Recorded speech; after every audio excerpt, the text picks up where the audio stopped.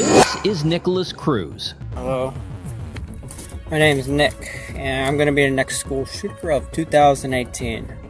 My goal is at least 20 people with an AR-15 and a couple tracer rounds. I think I can do a good time.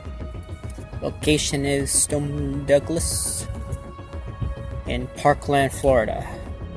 It's going to be a big event. On film, you could see tears rolling down his face as the jury's verdict was announced.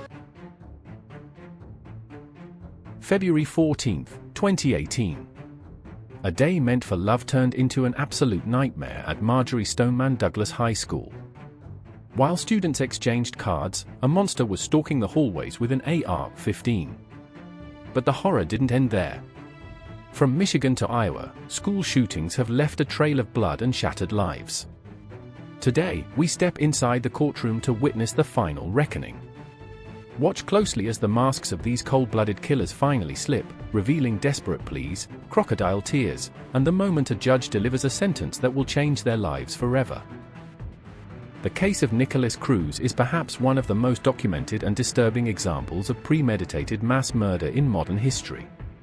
Before he ever set foot on the school grounds that day, Cruz was already documenting his descent into darkness. He recorded himself laying out his goals with chilling precision, stating exactly how many lives he intended to take and the weapon he would use to do it.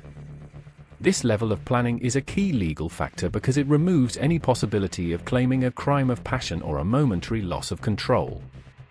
It was a calculated, methodical execution of his peers. When the shooting began, it lasted only 6 minutes, but the trauma it inflicted is permanent. Security footage from that day shows a person who wasn't just angry, but one who moved through the building with tactical intent.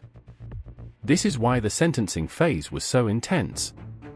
During his trial, the defense tried to focus on his troubled mental health history, claiming he was driven by internal demons.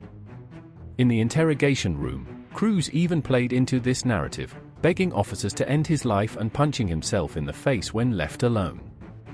From a psychological perspective, this is often seen as a desperate attempt to gain sympathy or establish a basis for an insanity defense. However, the prosecution countered this by highlighting his actions while awaiting trial. Cruz wasn't a victim of his mind, he was a violent individual who even attacked a jail guard while in custody. When the time came for his sentencing, the world watched as he offered a public apology. He claimed he wanted a second chance to help others, a statement that many of the victims' families found insulting. Legally, the judge had to balance the heinous nature of the 17 premeditated murders against the jury's inability to reach a unanimous decision on the death penalty. Ultimately, he was remanded to the custody of the Department of Corrections for multiple mandatory life sentences. For the families, the lack of a death sentence felt like a failure of the justice system, proving that even a life sentence sometimes isn't enough to heal the wounds of such a massive loss. The scene then shifts to Michigan, where we encounter the case of Ethan Crumbley. This case is unique in the American legal landscape because it wasn't just the shooter who faced the music. Ethan was only 15 years old when he took a 9mm handgun to Oxford High School. The weapon was a gift from his father, purchased just days before the attack. The evidence of premeditation here was undeniable. Ethan had drawn disturbing images on his schoolwork: guns, blood, and pleas for help. Despite being called to the school to discuss these warning signs, his parents refused to take him home. This decision became the foundation for a historic legal precedent. While Ethan was eventually sentenced to life in prison without the possibility of parole, the legal focus expanded to his parents, Jennifer and James Crumbley.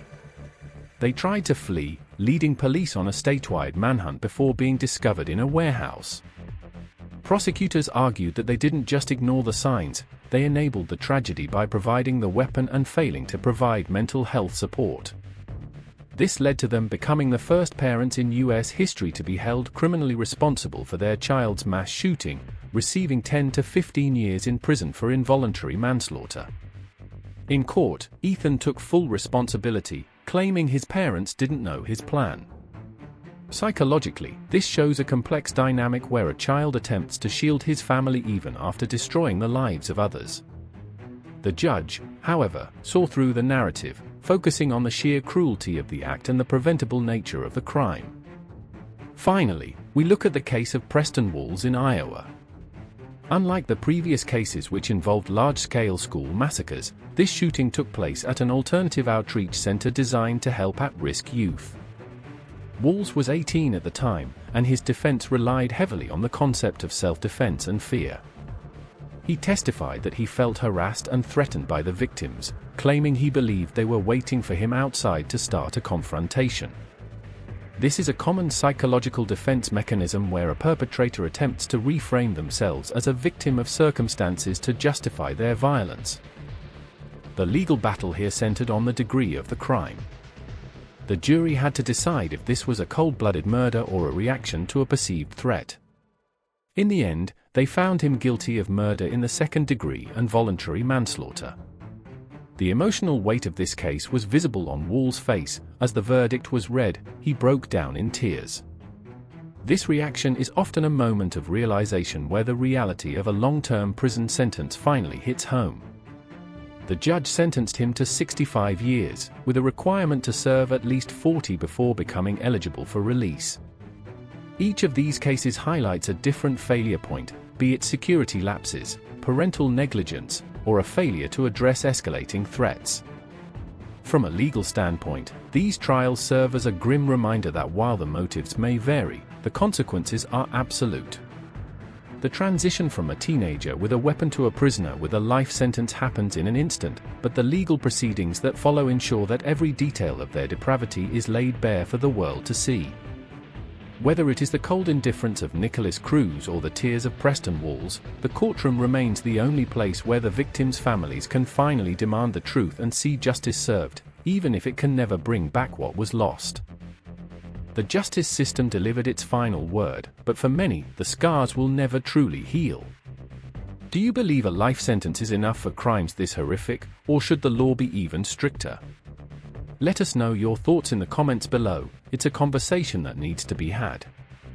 If you found this deep dive insightful, make sure to hit that like button and subscribe for more unfiltered courtroom stories. Thank you for watching, and we'll see you in the next one.